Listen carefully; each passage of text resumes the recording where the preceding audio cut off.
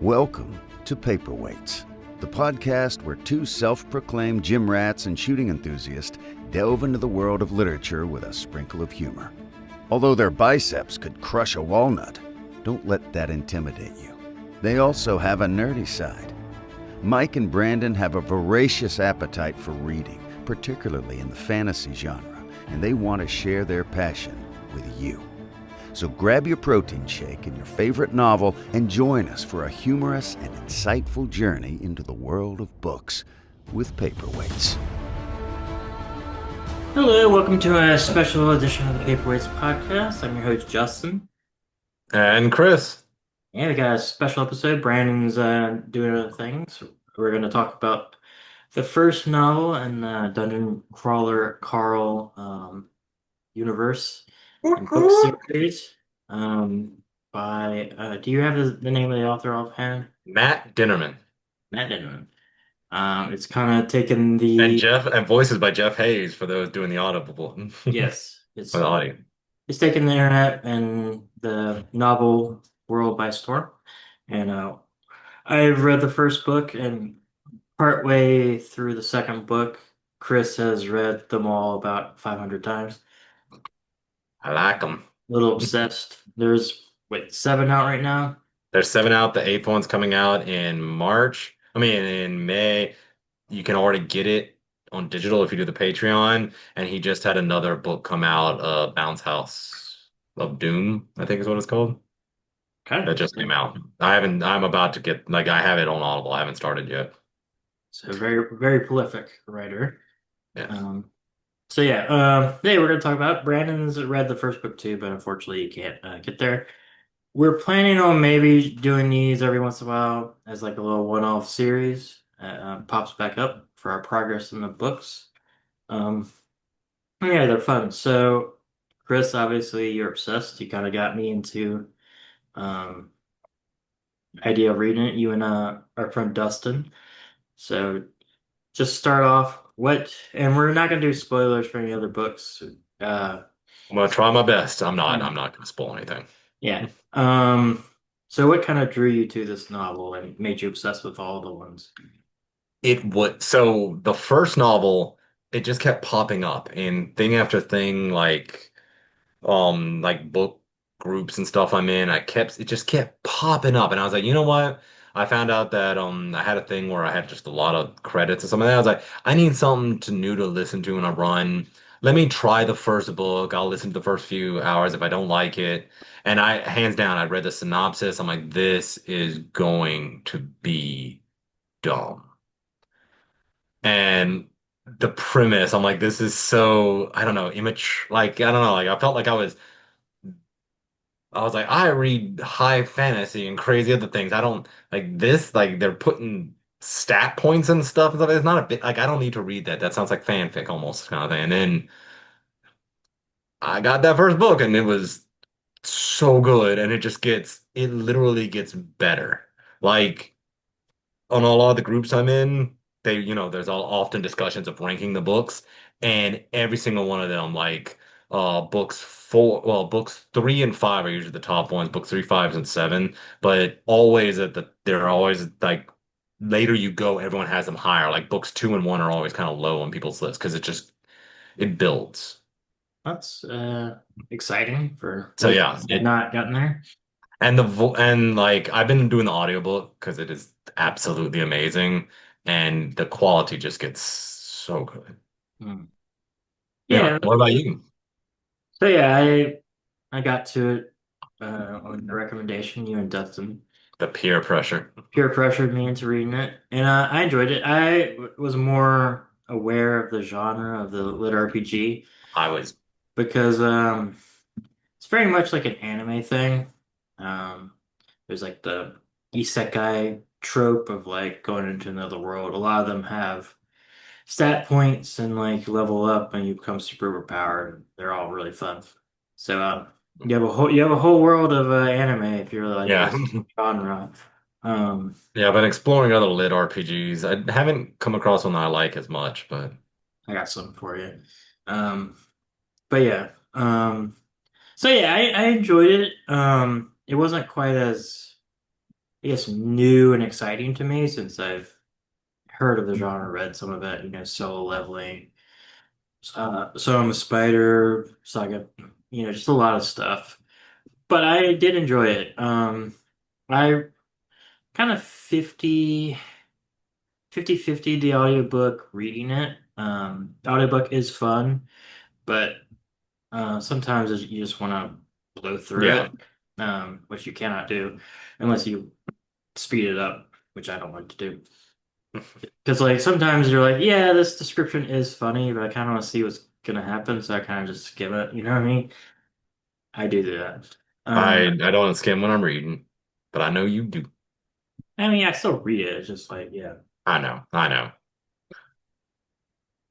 But yeah, so I enjoyed it. I like the characters. The world seems fun in this first book. You get glimpses of it here and there, like with the talk shows and all the different stuff and the different races and all that crazy shit. So it's a lot more, I guess, involved than you would expect at the beginning, um, which I enjoyed. And yeah, it was really funny and a really interesting, like that he did it this way, where you don't get the class and the race and all that stuff in the first book. Um, Yeah. I've seen it happens at the start of this. Oh, actually, I know it happens at the start of the second book. Yeah. I mean, like Um, it even set it up. You yeah, why you come back. right when you come out, yeah. But yeah, I was expecting that because I'm like, yeah, I'm curious about it. The video gamer in me is like, I'm curious about his build and Donut's build and stuff like that. Yeah, So it is kind of interesting that they expect the crawlers to survive the first two levels with no stat and like no level up stat bumps. yeah, Like that's intense. and what it I mean, it's kind of funny that the acronyms are the same, but it kind of reminds me of the DCC. Dun The Dungeon Crawler Classic Yeah, is the role playing game. Just yeah. That you start off and you're like six peasants or whatever, and if like one of your guys survives, it becomes a leveled dude. so no joke. I was talking to Brandon earlier today with someone with work, and we were talking about tonight, and he was just saying like what his opinion was. But I was commenting back. I was like, yeah, but like the first two levels are like the funnel when you're playing DCC. Yeah, So it really is. It, like they went from 13 million to under a million. Like yeah. I wonder if I mean I assume he's a big RPG player, so I wonder if he played the actual DCC. Um, he might be the biggest DCC fan out there, and he's just like, yeah, maybe if someone Googles DCC, they'll see my book. Or when now he's big, he's like, maybe it'll get. yeah. He's like gonna make a source book for DCC. That'd be kind of fun. Because it would be a Oh, fun. that would be a good skin for it. hmm Where like your funnel's literally just you It in the kind of dungeon. it kind of feels like some of Jason's like modules of DCC at certain points, with like the humor and the weirdness. I'm gonna ask this is something. Yeah. Um. All right. Do we want to do a quick synopsis? Sure. I can do it. You can do it. I mean, Either way. all right. Basically, we follow the titular Carl, and he's outside one day, and with no pants. That's important. So it's at Um. night. Yes, it's at night. His cat escaped Donut, Princess Donut. And then basically the aliens come and smush all the buildings and vehicles and everything of Earth into the ground, killing everybody that was asleep or inside them instantly. And then using their biomass as uh, materials to make the dungeon, which is pretty cool. Um, so yeah, we learned that he's basically now in a real life video game, a dungeon crawl by Bor something. Borant. Borant. So Borant's both Borant is both a company and a political entity. Yes. And they are two separate things that are owned by the same people, but that is important to know. Yes. We learn some about them with their fish people with their They're like tiny fish people too. They're like this big fish yeah, people. with their manager, uh, Zev. Something like Zev. yeah, Yeah. Zev. Yeah. So anyway, So yes, so it's just him and Donut. They can either stay out on the planet or go inside the dungeon, and it's yeah, they go inside the dungeon. Uh, they're fighting stuff. They meet their um guild tutorial guy, Mordecai, Mordecai. who is cool. Princess Donut gets an item that makes her intelligent. She can talk, and she It's gets a she gets a permission. legendary pet biscuit, Yeah, which Carl's gonna sell, but she took yeah, it from yeah. So she's now like a player character instead of just a pet. And she's like got good stats, and she gets a tiara that will be important in like 5 books. That is the Demon Realm. the tiara of the Sepsis Whore, or the crown of the Sepsis Whore, which makes Yeah, her part of the that fact. Naga Yeah. faction. Yep.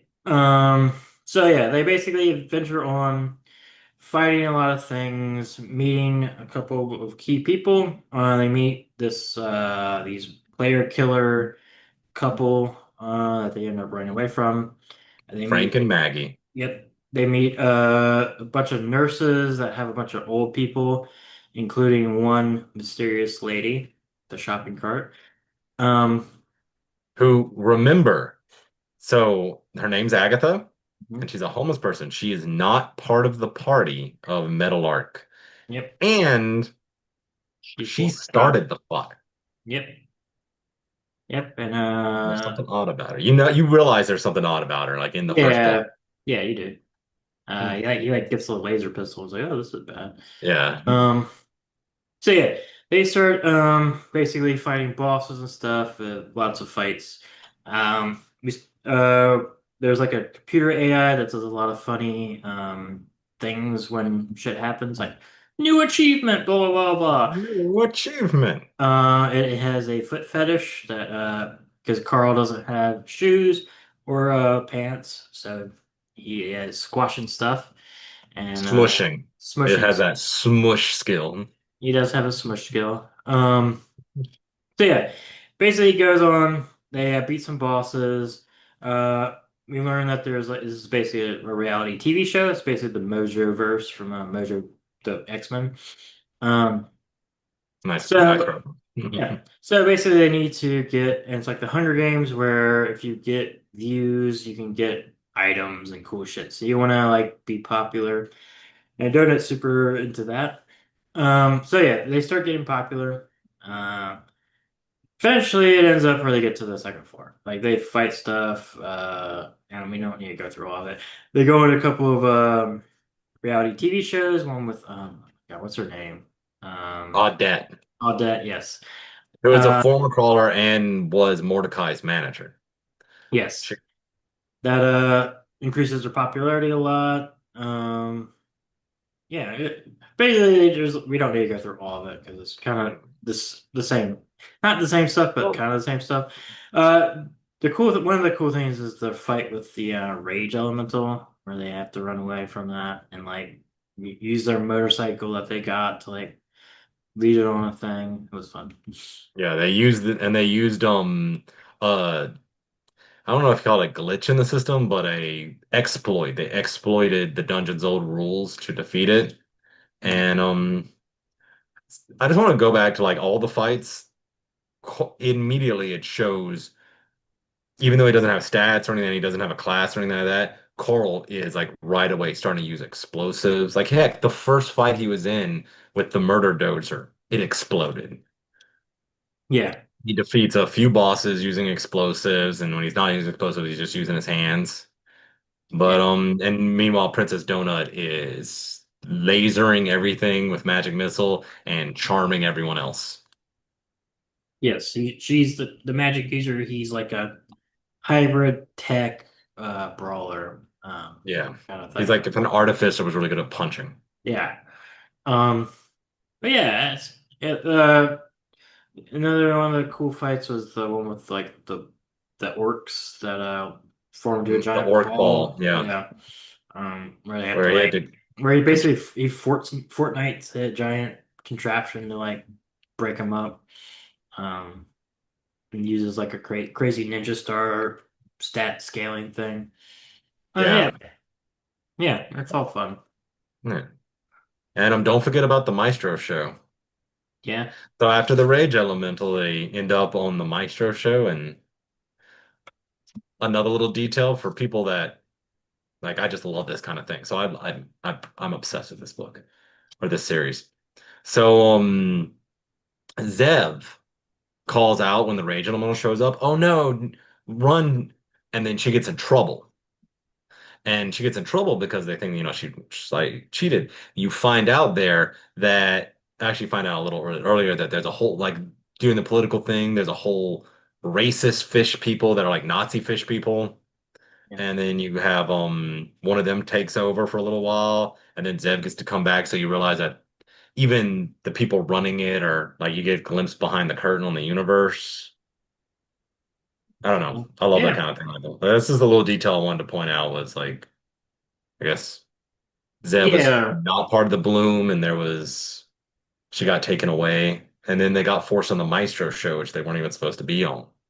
yeah. And then he insults their leader, and there's like a deep fake of him having sex with them, and it like causes a war and stuff. But It's while he was on the show, he helped one group of survivor or crawlers survive, and then you found out that Frank and Maggie has it. Who knows if she's going to take it or not, but a potion that if she takes it will give her the skill to find him anywhere. yeah. Ominous. I'm guessing that's gonna come up later. Yeah, Um, because you realize, because the one thing was when running away from Frank and Maggie, he did leave like explosive about to explode inside a body. yeah, And when the inventory was checked, it didn't kill the daughter, but it really messed her up. yeah, And then they killed her and blamed him. And yeah. Uh, I assume they're gonna come back. I don't really care about them that much.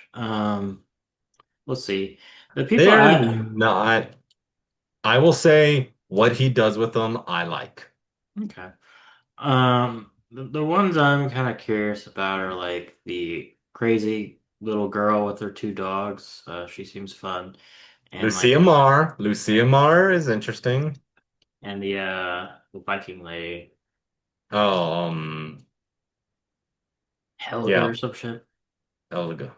I can't believe I don't remember her name right off the bat. Yeah, I know. Gotta read it for the 12th time. I know, right? Like, Um, yeah. So like, because this is very it's very like isolated. Like you meet the nurses who I assume are gonna come back with new classes and stuff, which will be fun to see what they are. Um, but yeah, it's I would say like writing style wise, it's very fun, very quick, very easy. Um, like the Hecla. the, the jokes, oh yeah, Hecla. The jokes per page are pretty fast and furious. Uh, I, I really like Carl and Donut's relationship. It's very fun, especially since I have a cat. Um, yeah, I like that she's basically the face, because she was like a show cat, so she has all the charisma in the world. Yeah. Um, He was prepared to like he was all prepared to just steal that cat. He loves that cat. And it's funny because at the beginning of the book, he talks so much trash about the cat. And then yeah, like slowly, just like a little word here and a little sentence here. And then by the time he ends it, you're like, oh, he was prepared to sell everything just to own, like have this cat. yeah, yeah. Yes, because So it's Carl such a nice guy. he's a nice guy. The cat was belonged to his ex-girlfriend, who was in the Caribbean or something, The Bahamas. Bahamas. So I'm curious if Don't he's remember her lover's name, but she was there with cheating on him with an ex. yes, I'm curious if she is gonna show up in the crawl. That would be an interesting dynamic. Don't say anything, Chris. I'm not Um, saying I know, just saying. But actually don't know. I'm not gonna say anything for that. But yeah. So I don't know. What So I else you got? can What else you got? so I can start asking you theory questions. Okay. I can't answer them, but I can ask you. So I'm about a fourth of the way through. Then this won't hurt at all. Okay. So, what do you think will come about with Lucia Marr, the girl with the two dogs? I know what class and race she is. Um, so I think she's gonna like they're gonna like join forces in a book. Um, s- just because I mean maybe she's an antagonist, but I don't know. Maybe in Um, maybe in like the faction war they have to fight her or something like that. so what do you think is going to happen? I'm not going to say anything because I know, I know. Yeah, I know. I will say, I will, this isn't a spoiler, but I will say her story is interesting. Well, that's good. I mean, Um, it would suck. Like, she's boring as shit. well, no, she is interesting and you will hear more from her. Hecla, what you think about Hecla, the Viking lady? She's cool. I know a little bit in book two about like a quest that she gives Carl. Okay, well, Um, I was, stop. yeah. If I'm not spoiling, you can't spoil. I mean, it's not Then really a you, spoiler. yeah, fair enough. So, But let me think. Oh, she seems cool. I'm guessing they're gonna like meet up and they're gonna like fight or like join forces to fight a quest or something. what do you think is going to happen to the Metalmark crew? Uh, so I think like all the old people are gonna like be able to pick races that like will like heal their minds or something. So they'll have like a big crew of people that are like, you know, maybe elves or something. Um, I think probably uh they're gonna like die in like saving them. It's gonna be sad. Mhm. Oh, there's a I character I absolutely love, but you have not met this character yet, so I'm not, or in the first book, you have not met them yet. I think maybe the old lady that Carl saves from the reverse gravity Ellie spell. McGibbs. Yes, she might join the party. I don't. I'll say this. I don't think that it's just Carl and Donut for the entire 8 books. I get and their dinosaur, which I forgot to mention. Bongo. They get a dinosaur. I don't think it's Okay. gonna be just them in like the party for the entire 8 books. Okay. I think like it's gonna be like one piece where the crew expands. Do you think, um, I'm trying to think of a way to phrase this. Okay, do you think anything's going ex outside of the dungeon, anything big happen with the political rifts currently happening? Like the Maestro or the Valte Corporation trying to take over the Borant system? Anything like Yeah, that? I think the end game is gonna be like taking down the Borat, like the Nazis, basically. Like it's gonna be like a They Live or something, or like the Hunger Games, where like they break out of the dungeon. Maybe it's already happened. I don't know, but I don't think it's all gonna be in the dungeon. I think That was it's another gonna question. yeah. I think Do you think we're going to get any significant POVs outside of Carl? uh I can see Donut. Um And I say significant because there may or may not be little blurbs, little like, yeah. Um I don't know. Can you give me like do the page numbers go up as the series? yes, the books get thicker, the storylines get, I mean, it go, basically book one and book two are very simplistic compared to what's about to happen. And the Then roster of people is yeah. Then I would The characters get huge. then I would hope so. Because if you listen to our Red Rising discussions, it's one of our main complaints is that the scope of the story outpaces Darrow's viewpoint, and it suffers for that, in my opinion, and in Brandon's opinion, which is why we're kind of looking forward to Era 2, where we've heard that there's different POVs. So if it starts getting complicated and like maybe they get multiple parties of like protagonists basically, like then I would hope it gets some more POVs. Yeah. I'm trying to think if there's any other good question to, because I know I got my like, whoa. Oh, I got one for you. Okay. By the time book 7 ends, is Mongo still alive with them? Hmm. I'm not saying anything. I'm just Yeah, I wondering. know. That's my last question. After that, I Uh, wouldn't mind talking more about this book and what we. yeah. I'm gonna say yes. Yeah, I'm gonna say yes. I don't. I don't think this book's ever really gonna get like too heavy. Maybe it does, but like I think it's gonna be kind of fun. And people will die and stuff, but like I don't know if they'll kill the pet, or if they do, they'll like get a resurrection orb or some shit.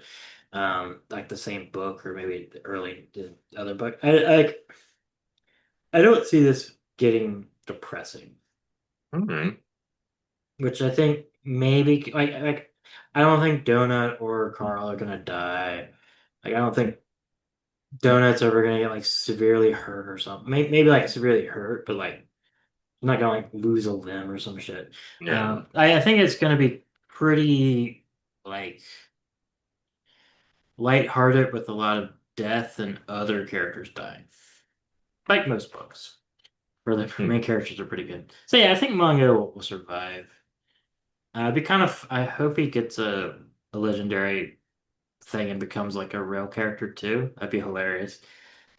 Because I want to see an intelligent manga. Uh, so maybe that will happen. Hmm. That'd be pretty cool. I'm not saying anything. We got 10 minutes. Oh, well, what would, if you saw, let's say you ended up in the dungeon, Mm. and let's say you made it, do you think you could do as good as Carl? Like, if you made it into the dungeon? No, I'd be dead inside. Like, he got lucky in that first thing to get Donut in that door. Yeah, and like also like Carl is like ex-military Yeah. and like so Well, he's like still currently in the Coast Guard. yeah. So he's got some He's chops. fit. He's, Yeah. yeah. Do you, I'm trying to think of a way to ask this.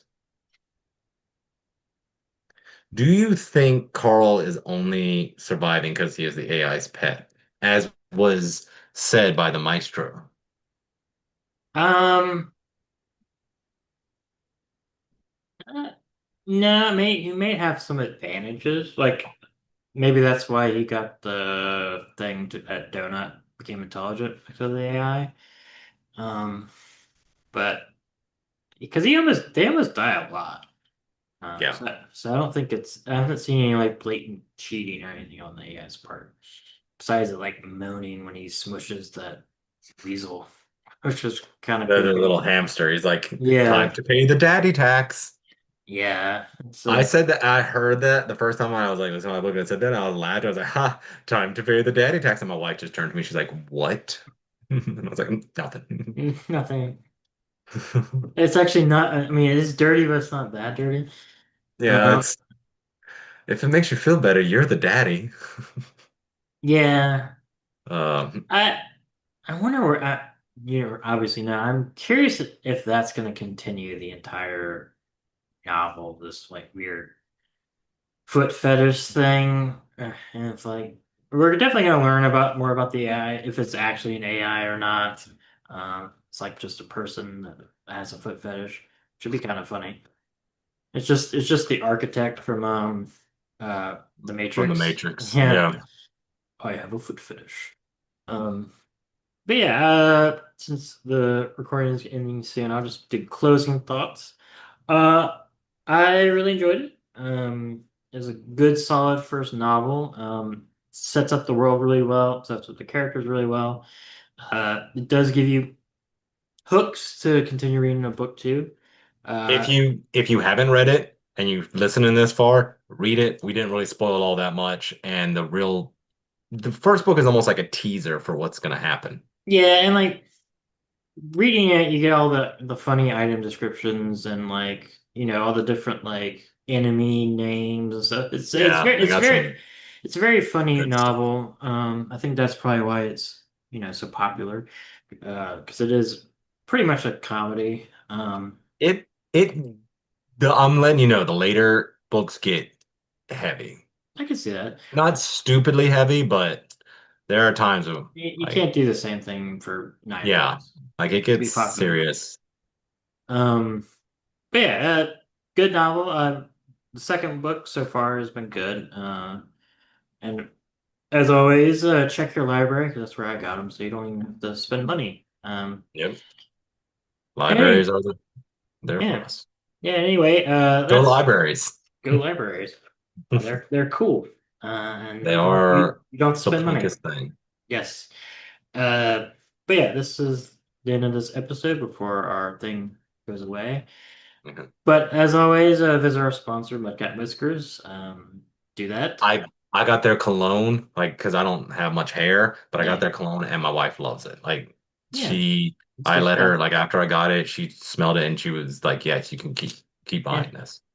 yeah. Promo code Paperweights, and we'll be back next time with the start of the Lycanius trilogy. A Shadow of What Was Lost. Yes. Um, it's up through chapter 18. It's very real time. So if you like that sort of thing, it even has the same. It's really weird. Has the same audiobook narrator, Michael Kramer, as Wheel Oh Time, yeah. as Wheel Time and Stormlight. So I'm like, this feels, I'm like subconscious. I'm like, is this Wheel? No, it's not Wheel Time or Stormlight. But it's good so far. I need to get on to reading it, but yeah. And we'll probably be back. I think Brandon wants to read book two of Dungeon Crawler Carl, so it would He be did his closing thoughts, just to let you know, his closing thoughts were it was good, but it didn't quite feel like a finish, like it didn't end on a climactic note. Like it didn't feel like a finished book. yeah, But he still liked it a lot. yeah, I can see that. Which I mean, yeah, it did kind of end like, hey, you got donut. Hey, you're going to this talk show. Hey, hey, you got Mongo. Hey, you trained Mongo. Hey, you're going to a talk show. Yeah, like Like the the Rage climb. Elemental is the climax. Yeah, that and the pig fight, the Oh, orc fight. yeah. But yeah, we'll probably be doing them sporadically, so I look forward to that. And see you next time. Bye. Bye.